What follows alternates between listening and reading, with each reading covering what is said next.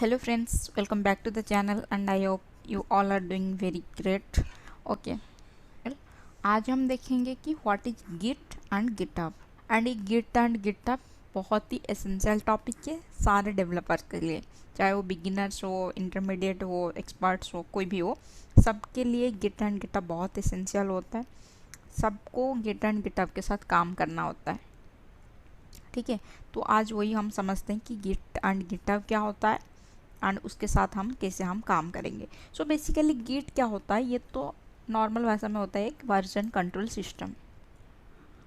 मतलब सारे वर्जन को आप इसमें कंट्रोल कर सकते, सारे वर्जन का ट्रैक यहाँ पे रहता है। Version in the sense, suppose एक एप्लीकेशन आपने कुछ पहले कोड किया, सेकेंड बारी में और कुछ कोड पुश किया, थर्ड बारी और कुछ पुश किया, तो सारे टाइम का जो चेंजेस को हम एक एक वर्जन मान के चलते हैं, ठीक है। सो इसका जो बेसिक पर्पज होता है ना गिट का, ये होता है कि tracking changes in your code base, बस, ठीक है। मैं यहाँ पे लिख देती हूँ, यह जो बेसिक पर्पज होता है, to track the changes in your code base, ठीक है। मान लो आज एक आपका एप्लीकेशन है, बढ़िया चल रही है, फिर कुछ उसमें मॉडिफिकेशन आया, मॉडिफिकेशन करना था, फिर आपने मॉडिफिकेशन करके डायरेक्ट आपने सर्वर में डिप्लॉय कर दिया। बट सर्वर में जब चला तो आपको पता चला कि कुछ ब्रेक हो रहा है, क्रैश हो रहा है एप्लीकेशन, बट आपको ये नहीं पता कि कहाँ पे क्या मिस्टेक हो सकती है, कुछ आपने ट्रैक नहीं रखा, मतलब कंपेयर करने के लिए कुछ है ही नहीं, क्योंकि जिसमें आप काम कर रहे थे उसमें डायरेक्ट चेंजेस किया और पुश कर दिया। बट अगर आप गीट के थ्रू करते, पहले आप गीट में कोड पुश करते फिर करते, तो गीट में ना आपका सारे कोड का तो पहले कोड बेस रहता है, ठीक है, स्टोरेज रहता है, सारा कोड एक क्लाउड रिपोजिटरी में रहता है। सेकेंडरी चीज़ ये है कि पहले वर्जन में क्या था, मतलब पहले जो एप्लीकेशन चल रहा था उसमें क्या कोड था और अभी आपने क्या क्या चेंजेस किया, इस दोनों चीज़ को आप कंपेयर कर सकते हैं गिट में, ठीक है। मैं आपको दिखाऊंगी अभी, तो दोनों चीज़ को आप कंपेयर करके आप चेक कर सकते हो, अच्छा यहाँ पे गलती हुई, यहाँ पे ये था, पहले कोड ऐसे था, फिर मैंने ये डिलीट की, फिर मैंने ये ऐड की, व्हाटएवर जो भी है, सारे कोड का आप ट्रैक कर सकते हैं, आप कंपेयर कर सकते हैं दोनों कोड को। कुछ इनकेस कुछ गलती होती है, कुछ ये आता है, मतलब क्रैश होता है, तो आप वहाँ पे जाके उसको कंपेयर करके रीचेक कर सकते, फिर दोबारा आपका कोड सुधार सकते, या फिर पहले जो वर्जन में कोड था उसको भी दोबारा ले सकते हैं। मे बी आपके एप्लीकेशन में तो सपोज एक फाइल में आपको चेंजेस कर लिया और डिलीट, मतलब उसको सेव कर लिया, दोबारा खुलेंगे तो उसको कंट्रोल जेड करेंगे तभी थोड़ी ना आ जाएगा, आएगा नहीं। बट गिट में वो होगा, जो पहले था कोड वो आपको दिखेगा हमेशा, ठीक है। कोई भी जितना भी पुराना वर्जन को आप चले जाओ, वो उसका कोड वहीं पे होगा, तो आपको पता चल सकता है कि इस वाले वर्जन में पर्टिकुलर क्या कोड था और अभी क्या क्या चेंजेस हुआ। अगर पुराना वाला अभी भी आपको चाहिए तो आप वहाँ से भी ले सकते हैं, ठीक है। ये हुआ कि मतलब general purpose to track changes in your code base, ठीक है। ये हो गया गिट का काम। एंड और भी होता है कि कोलाबोरेशन होता है, जैसे एक एप्लीकेशन में 5-10 डेवलपर काम कर रहे हैं और सबको एक ही गिटहब में पुश करना है, एक ही एप्लीकेशन में कर रहे हैं तो एक ही गिटहब में पुश करना होगा। तो इसमें गिट में एक फीचर होती है ब्रांचिंग, ठीक है, हम उसको भी थोड़ा देखेंगे। तो ब्रांचिंग क्या करता है, ब्रांचिंग हेल्प करता है कि बहुत सारे पीपल कोलाबोरेटिवली काम करें एक ही प्रोजेक्ट में। एंड डिफरेंट ब्रांचेस का क्या मतलब होता है कि डिफरेंट ब्रांचेस मतलब एक एप्लीकेशन में 10 फीचर है, 10 फीचर 10 डेवलपर को हम डिस्ट्रीब्यूट कर दिए, तुम ये करो तुम वो करो, इसमें क्या होगा, कोई कन्फ्लिक्ट नहीं होगा, सेपरेटिवली, मतलब जो काम एक डेवलपर जो फीचर में काम करे वो उसी में काम करेगा। तो 10 फीचर में 10 डेवलपर इंडिविजुअली काम करेंगे, आइसोलेशन ऑफ वर्क होगा एंड पैरेलल डेवलपमेंट भी होगा, ठीक है। एंड इसमें कोई मर्ज कन्फ्लिक्ट नहीं आएगा अगर हम ब्रांचिंग करेंगे, क्योंकि सारे अपने अपने ब्रांच में काम करेंगे एंड एक एक ब्रांच को हम मास्टर ब्रांच में मर्ज करते जाएंगे। एक ही ब्रांच में अगर सारे डेवलपर काम किए, एक ही फाइल में सबको कंट्रीब्यूट कर रहा है, मे भी कोई भूल गया गेट पुल लेने, गेट पुल क्या होता है वो भी मैं दिखाऊंगी अभी, तो फिर वहाँ पे मर्ज कन्फ्लिक्ट का ज़्यादा चांसेस आता है।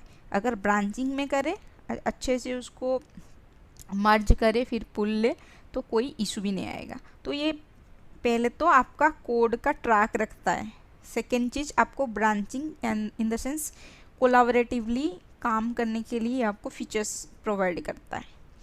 तो ये हो गया गिट का सिस्टम। देन गिटहब क्या होता है? गिटहब एक्चुअली एक ऑनलाइन आप बोल सकते हैं ऐसे कि जैसे गिट हो गया हमारा लोकल गिट, ऐसे बोल सकते हैं कि जैसे गिट आपका लोकल मशीन में एक रिपोजिटरी है जहाँ पे आप कोड पुश करते जा रहे हैं, ठीक है, और वहाँ पे आपका ट्रैक रहता है कि पहले ये पुश किया, सेकेंड टाइम कुछ काम किया, क्या काम किया, उसका रिकॉर्ड रहा।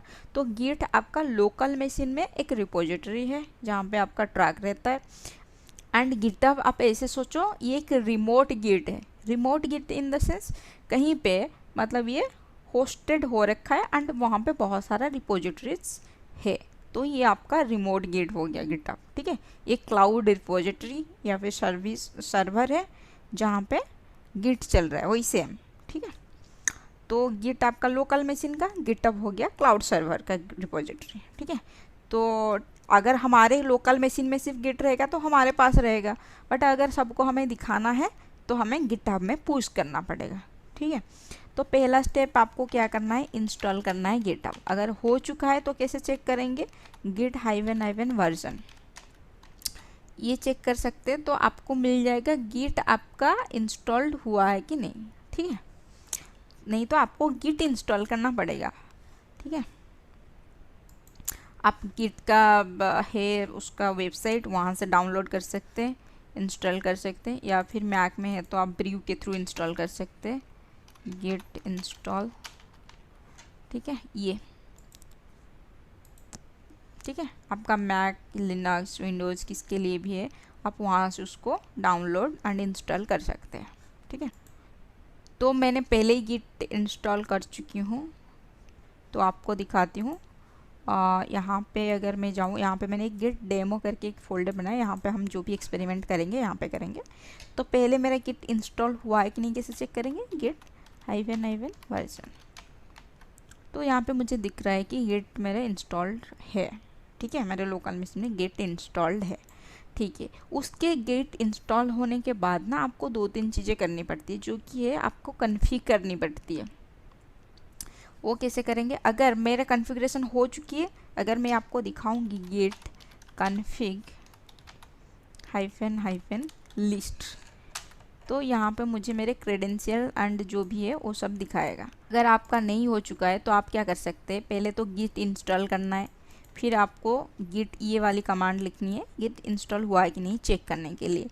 फिर आप क्या कर सकते हैं, गिट कन्फिग कर सकते हैं। कन्फिग में आपको क्या देना होता है, आपका नाम एंड आपका जीमेल एड्रेस, एंड आप वही जीमेल दें जो जीमेल को, जो भी ईमेल या जीमेल आप गिटहब रिपोजिटरी में, मतलब रिमोट गिट में अकाउंट खुलने के लिए जो जीमेल आप यूज करेंगे उसी जीमेल को यहाँ पे देना है, कन्फिग करना है, ठीक है। तो git config hyphen global, then user dot name, name में आप फिर आप यहाँ पे आपका नेम देना है इधर, ठीक है, गिट नेम। ऐसे ही आपको गिट कन्फिग आपका ईमेल भी करना है। सो गिट कन्फिग हाइफन ग्लोबल, ये पहली बार ही आपको करनी है, जब गिट इंस्टॉल हुआ फर्स्ट टाइम एवर आपको ये कन्फिग करनी है, बस उसके बाद नहीं करनी है, ठीक है। यूजर डॉट ईमेल, देन आपका ईमेल, एंड याद रखें जो ईमेल आप वहाँ दे रहे हैं ये ईमेल भी यहाँ देना है। ये हो गया हमारा लोकल में हमारा गिट सेटअप हो गया, ठीक है। तो अब क्या करते हैं, ये मेरा गिट डेमो वाला एक फ़ोल्डर है, यहाँ पे मैं कुछ लिखती हूँ, ये वाला तो जाएगा ही जाएगा, ये वाला तो फाइल है ही। मैं और एक फ़ाइल बनाती हूँ, लेट्स से index.html का, ओके। यहाँ पे सिंपल हम लिखते हैं welcome to git and GitHub, okay. तो ये मैंने एक फ़ाइल बना दी, एंड ये रेडमी txt फाइल है एंड html फाइल है। ये दोनों फाइल में क्या करना चाहती हूँ, मैं इसको गिट में पुश करना चाहती हूँ, ठीक है। तो क्या करना होगा, पहले तो आपको गिट इनिट करना होता है, ठीक है। तो कुछ कुछ कमांड से मैं यहाँ पे लिखती हूँ, तो आप हो सके तो आप भी लिख लीजिए, या फिर ये इंटरनेट में भी आपको मिल जाएगा आराम से, ठीक है। तो आप जब भी गिट से शुरुआत करना चाहते हैं, स्टेप 1 हमेशा आपको क्या करना है, गिट इनिट करना होता है। ठीक है, गिट इनिट करना होता है। अगर आपके रिमोट में ऑलरेडी एक रिपोजिटरी है, उसको आप लोकल में लेना चाहते हैं, तो आपको गिट क्लोन करना होता है। Git clone then remote git repo URL। ठीक है, रिमोट गिट रेपो URL यहाँ पे देना होगा।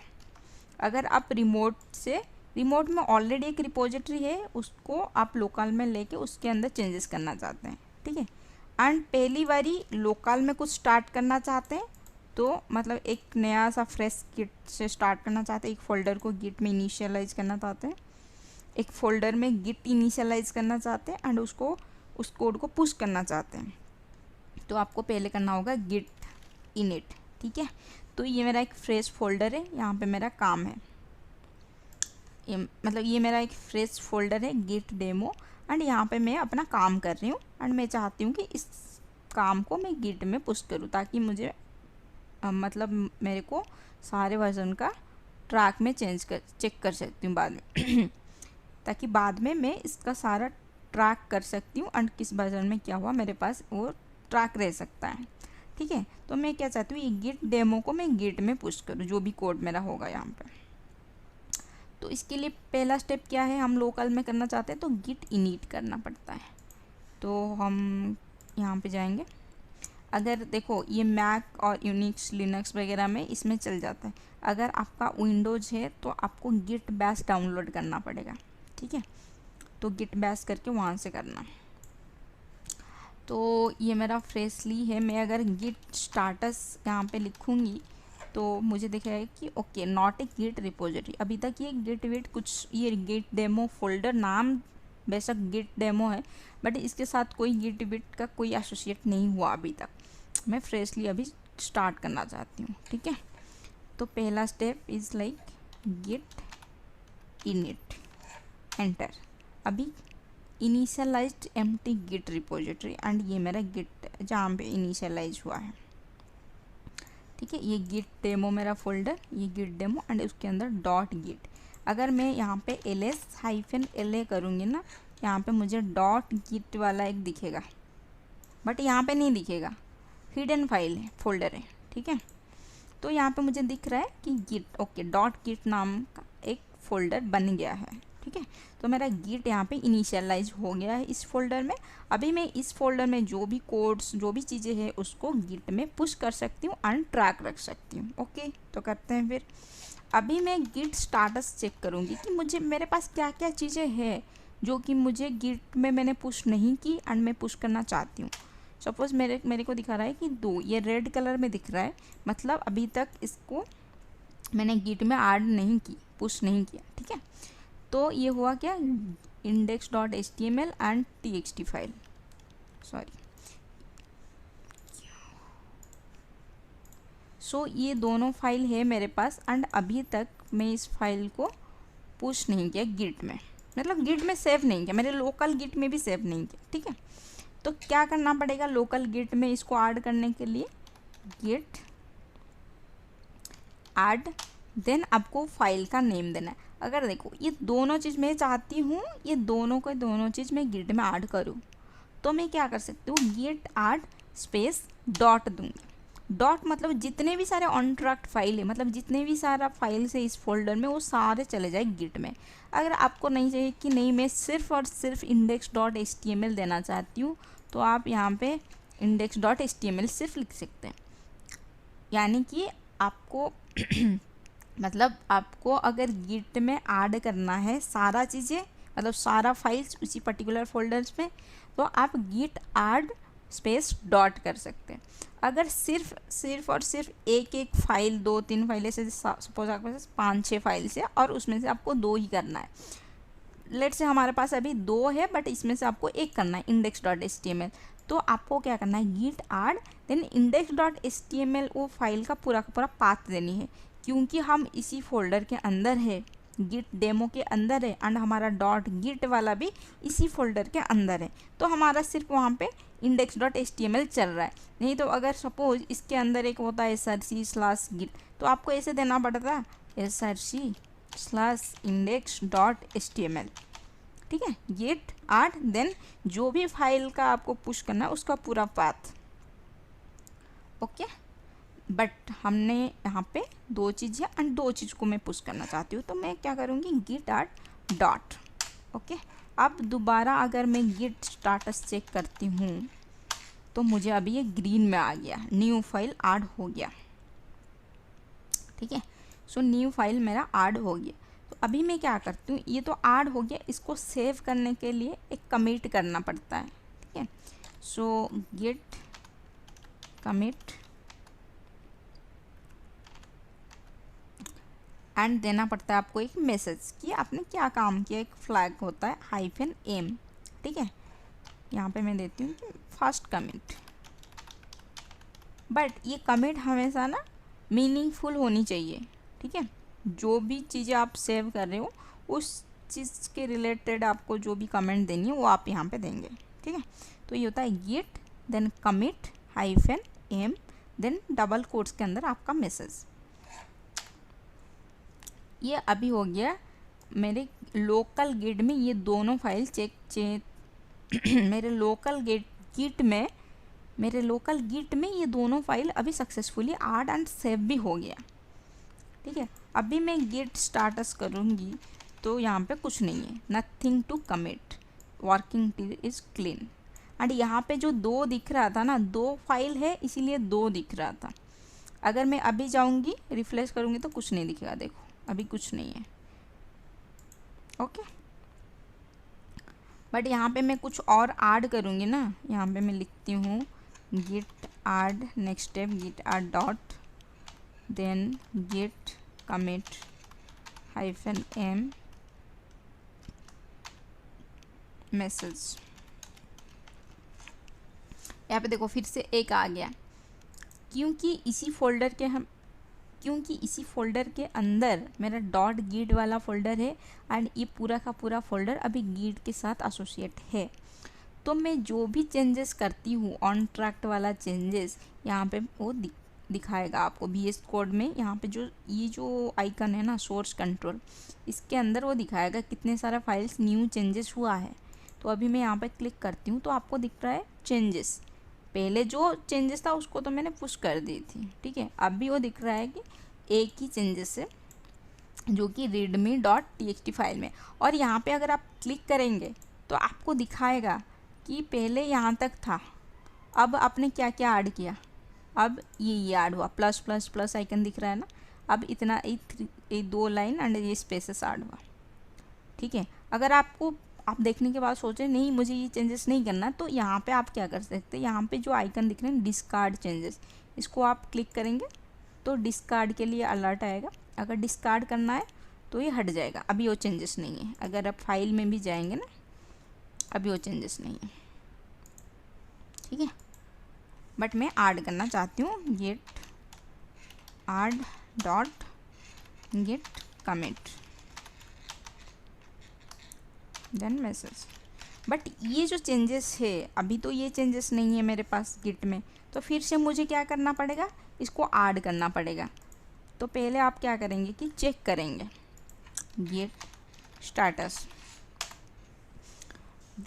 करके आपको क्या मिलेगा कि मेरे पास क्या क्या फाइल्स है, क्या क्या काम है जो कि ऑन ट्रैक है, अभी तक मैंने गिट में पुश नहीं किया, चाहे लोकल गिट में भी पुश नहीं किया, ठीक है। तो आपको दिख रहा है कि ये वाला readme.txt वाला फाइल मॉडिफाइड हुआ है।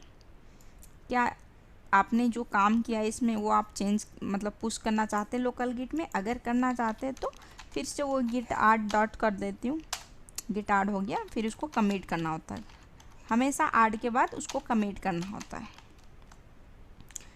ठीक है। ऐड के बाद भी देखो यहाँ पे है ये ऐड हो गया, मतलब ये गिट में जाना है बट अभी तक सेव नहीं हुआ लोकल गिट में। सेव करने के लिए हमेशा आपको क्या करना होता है, git commit -m then message, second commit दे देती हूँ, ठीक है। अभी हो गया 1 फाइल चेंज्ड एंड 4 इंसर्शंस, अभी यहाँ पे भी ये चला गया, मतलब ये कमिट हो गया। चलो ये लोकल गिट में कमिट हो गया, बट मैं क्या चाहती हूँ रिमोट गिट में भी पुश करूँ, ताकि बाकी मेरे जो कलीग्स है या फ्रेंड्स है या कोई भी उसको एक्सेस कर सकता है, देख सकता है। ठीक है, ये वाला कोड को। तो मैं क्या करूँगी, मैं जाके रिमोट जो गिटहब रिपोजिटरी है ना, गिटहब एक रिमोट रिपोजिटरी है, वहाँ पे मेरे एक अकाउंट में ओपन करूँगी। ठीक है, मेरे ऑलरेडी अकाउंट है, अगर आपके पास नहीं है तो आप जाके एक अकाउंट पहले आपको यहाँ पे ओपन करना होता है।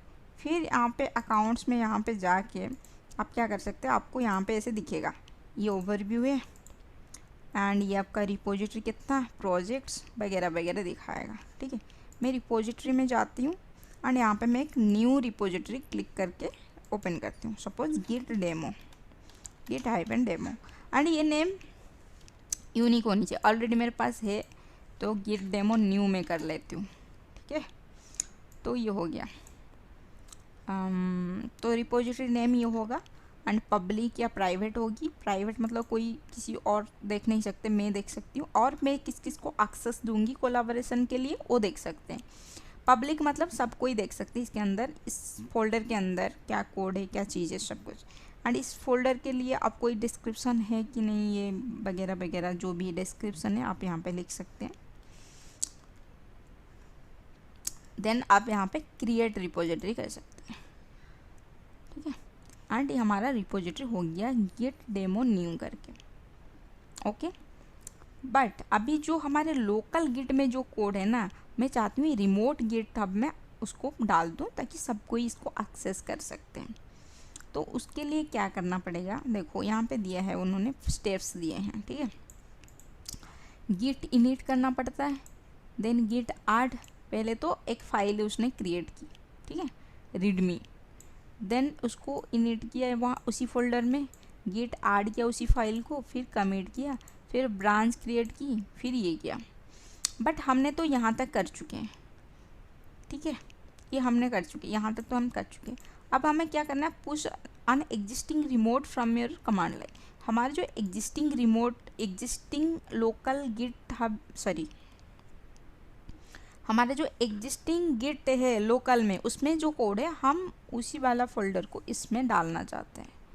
तो पहले क्या करना पड़ेगा, रिमोट ऐड ओरिजिन, देन ये है हमारा लोकल गिट रिपोजिटरी का यूआरएल। ठीक है, तो मैं इसको कॉपी कर लेती हूँ यहाँ से। इसका मतलब यही कि ये लोकल गिट में मैं अभी इस वाले रिमोट गिट को भी ऐड कर रही हूँ, ताकि मैं जो पुश करूँ, इधर में एक पुश कमांड होती है, जो पुश करूँगी तो मेरे लोकल गिट में जो चेंजेस है वो चला जाएगा रिमोट गिट रिपोजिटरी में। ओके, तो यहाँ पे पुश, सॉरी, वो पेस्ट कर दी, तो अभी रिमोट रिपोजिटरी यहाँ पे ऐड हो गया। देन मुझे ब्रांच एक क्रिएट करनी है। जब भी आपको मास्टर ब्रांच या मेन ब्रांच क्रिएट करनी होती है तो -m देना पड़ता है। ठीक है, तो ये मेरा मेन ब्रांच क्रिएट हो गया, हमेशा ये ओपन होगा। ठीक है, मेन ब्रांच मतलब यहाँ पे सारे, मतलब जो सबसे बेहतर कोड होगा या फिर जो फाइनलाइज्ड कोड होगा वो यहाँ पे रहेगा मेन ब्रांच में। फिर मेन ब्रांच से हम ब्रांच क्रिएट कर सकते हैं। ठीक है, तो वो भी मैं दिखाऊंगी आपको कैसे क्रिएट करते हैं। तो पहले हमने क्रिएट किया ब्रांच, मेन ब्रांच, ये कहाँ पे क्रिएट किया, ये यहाँ पे क्रिएट किया रिमोट रिपोजिटरी में। ठीक है, देन हम क्या करेंगे, गिट पुश करेंगे, हमारे लोकल में जो कोड है, लोकल में जो सेव्ड करके रखा है हमने कोड्स, उसको हम पुश करेंगे रिमोट रेपो में। ठीक है, तो उसके लिए क्या होता है, गिट पुश -u, यहाँ पे दिया हुआ है, कमांड भी लिख सकते हैं आप। देन ओरिजिन, ब्रांच का नेम, ब्रांच का नेम क्या है, मेन है, क्योंकि अभी तो हमने ब्रांच मेन क्रिएट किया। ठीक है, तो git push -u origin main and enter. तो इसमें आपका हो गया। देखो अभी मैं यहाँ पे रीलोड करूँगी ना, तो आपको देखो यहाँ पे 2 फाइल्स है, index.html एंड readme.txt, वही सेम कोड से, राइट। तो ये हो गया हमारा, पहला हमने पुश कर दिया लोकल गिट। पहले आपको क्या करना है, हमेशा एक फ़ोल्डर में आपको जो जहाँ पे भी आप कोड लिख रहे हैं या उसी जिस चीज़ को भी आप पुश करना चाहते हो या गिट का ट्रैक रखना चाहते हो जिस कोड का, वहाँ पे आपको गिट इनिट करना है।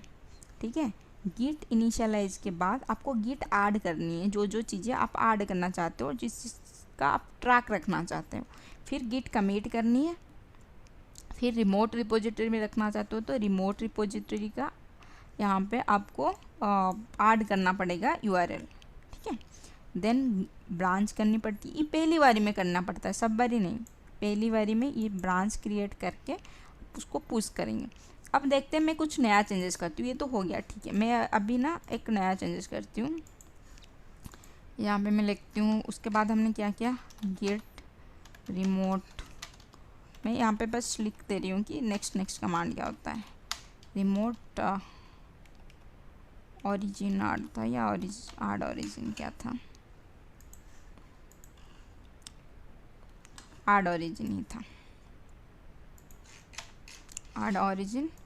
यहाँ पे रिमोट रेपो का URL।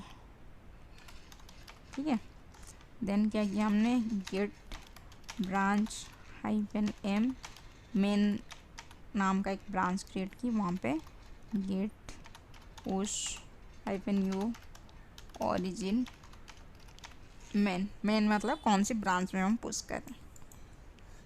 अभी देखो यहाँ पे दिख रहा है ये चेंजेस हुआ है, बट ये चेंजेस को हम पुश करना चाहते हैं। अभी नेक्स्ट टाइम जब पुश करेंगे आपको कुछ नहीं करना, सिर्फ गिट स्टाटस एक बारी चेक करेंगे कि क्या क्या करना है, आपको देखना है कि मतलब हुआ है कि नहीं, क्या क्या फाइल से क्या करना है। तो मेरे को ये वाला फाइल ऐड करनी, गिट ऐड हो गई, git commit message third commit में लिखती हूँ इसको, थर्ड कमिट।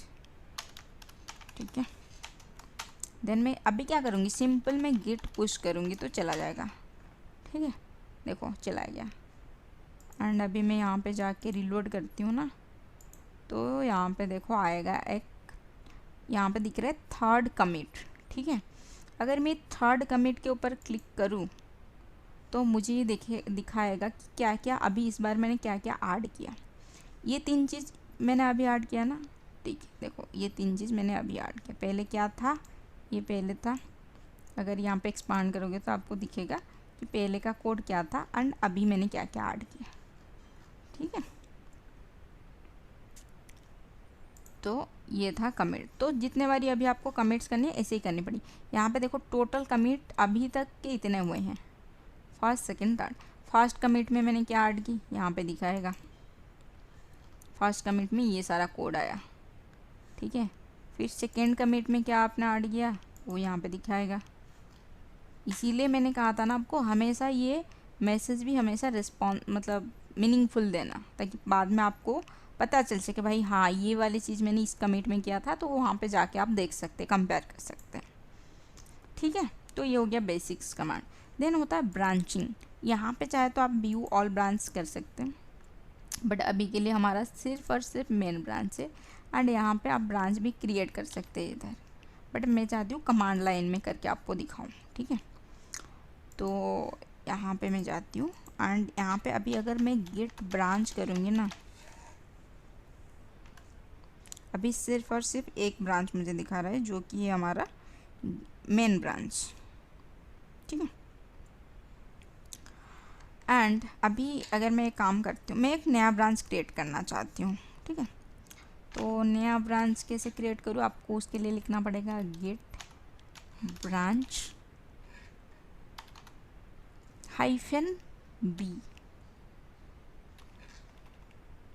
सॉरी, आपको यहाँ लिखना पड़ेगा तो मैं अभी चाहती हूँ एक नया ब्रांच क्रिएट करूँ।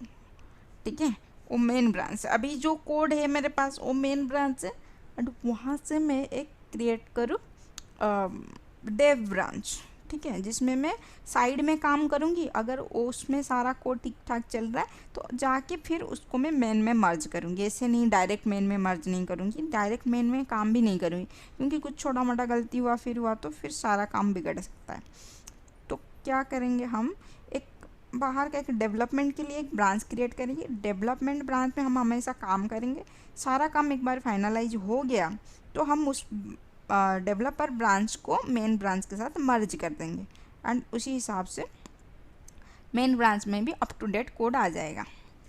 ठीक है, तो नया ब्रांच कैसे क्रिएट करते हैं, गेट चेकआउट -b, देन मैं देती हूँ यहाँ पर डेव, एंटर, एक new switch to a new branch dev. -b का मतलब क्या होता है, एक नया ब्रांच जब क्रिएट करें तो -b देना होता है। अगर मैं दोबारा करती हूँ ना डेव -b एंटर, वो बोल रहा है कि एक branch named dev already exist. So इसका मतलब ये हुआ कि पहली बार ही अगर आप ब्रांच क्रिएट करें उसी नाम का तो -b देना होता है।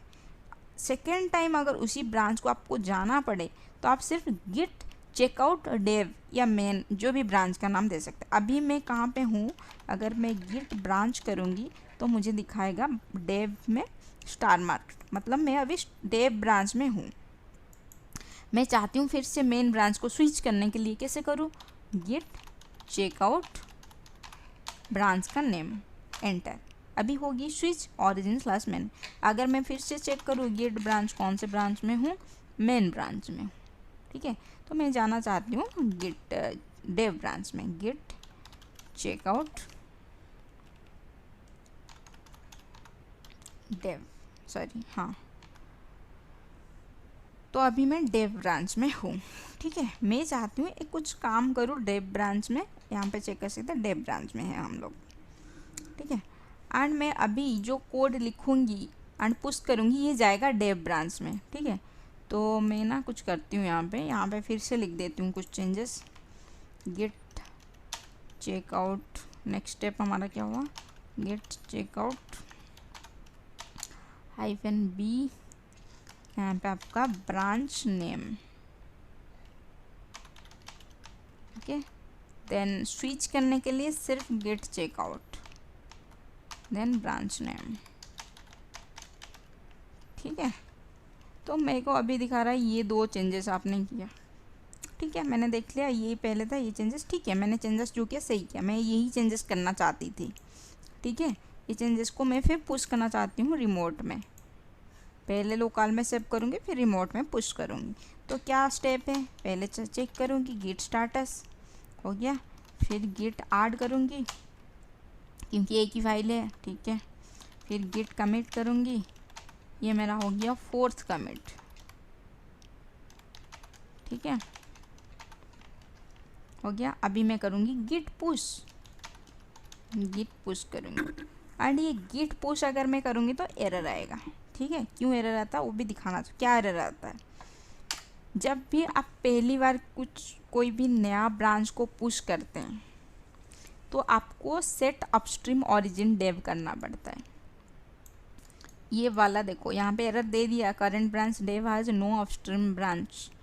ठीक है, to push to the current branch and set the remote as upstream, तो आपको ये करना पड़ेगा।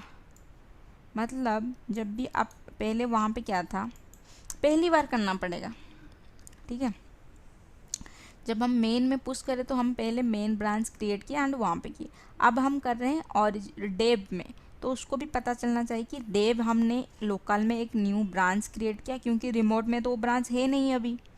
ठीक है, लोकल में हमने अभी डेव ब्रांच क्रिएट किया एंड हम इसको पुश करना चाहते हैं, ये सेम ब्रांच एंड कोड सब कुछ हम पुश करना चाहते हैं रिमोट में।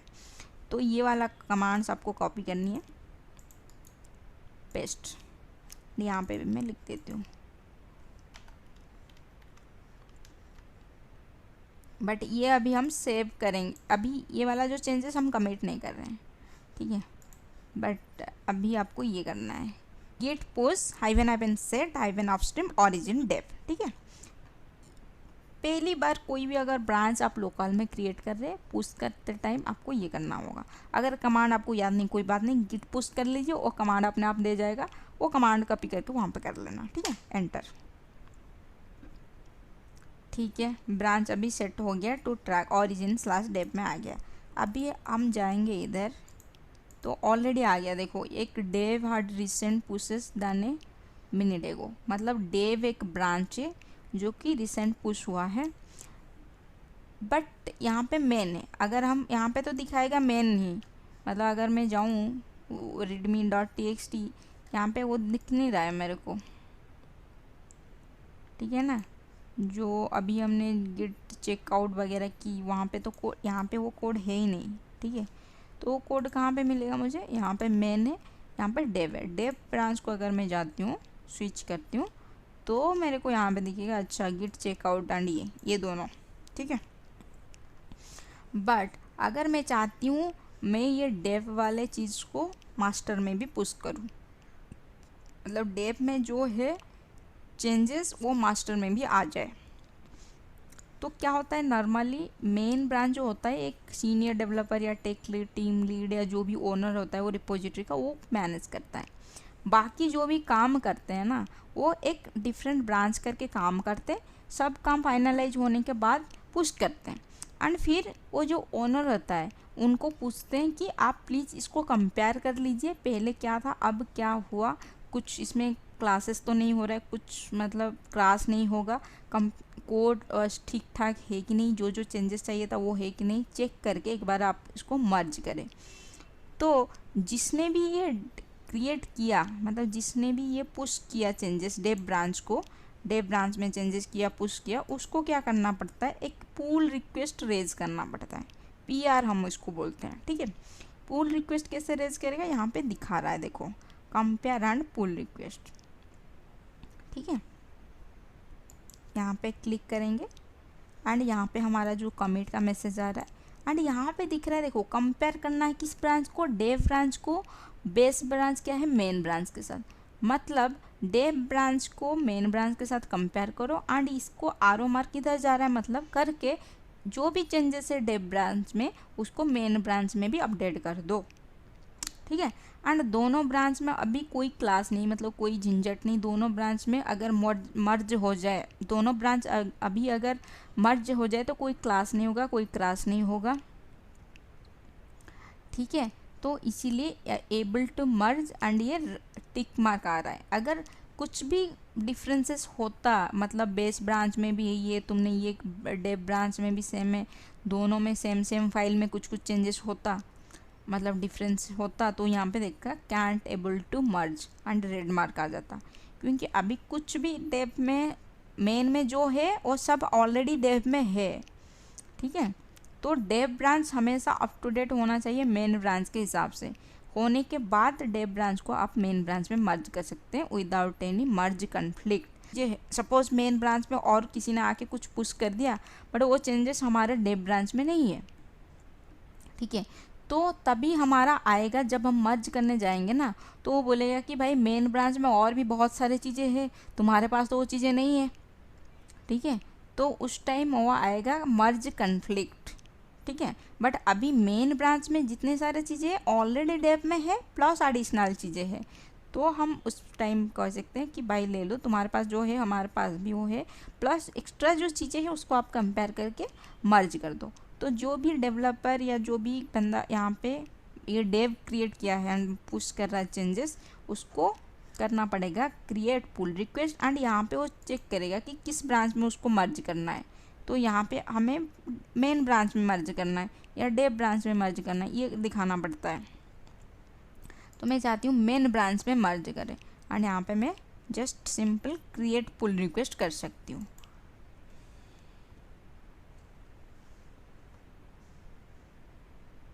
यहाँ पे जिसने भी क्रिएट किया था ब्रांच उसने रिक्वेस्ट करा थी भाई मेरे कोड को कंपेयर करो एंड मर्ज कर दो मेन ब्रांच में, ठीक है। So from dev to main में मर्ज कर दो। एंड कभी कभार क्या होता है हमें ना उसको रिव्यू करने के लिए किसको पूछना पड़ता है, तो यहाँ पे ना कोई रिव्यूअर्स होगा, कोई अगर कोलाबोरेटर्स होंगे इस सेम प्रोजेक्ट में तो यहाँ पे उनका ईमेल्स आ जाएगा रिव्यूअर्स में।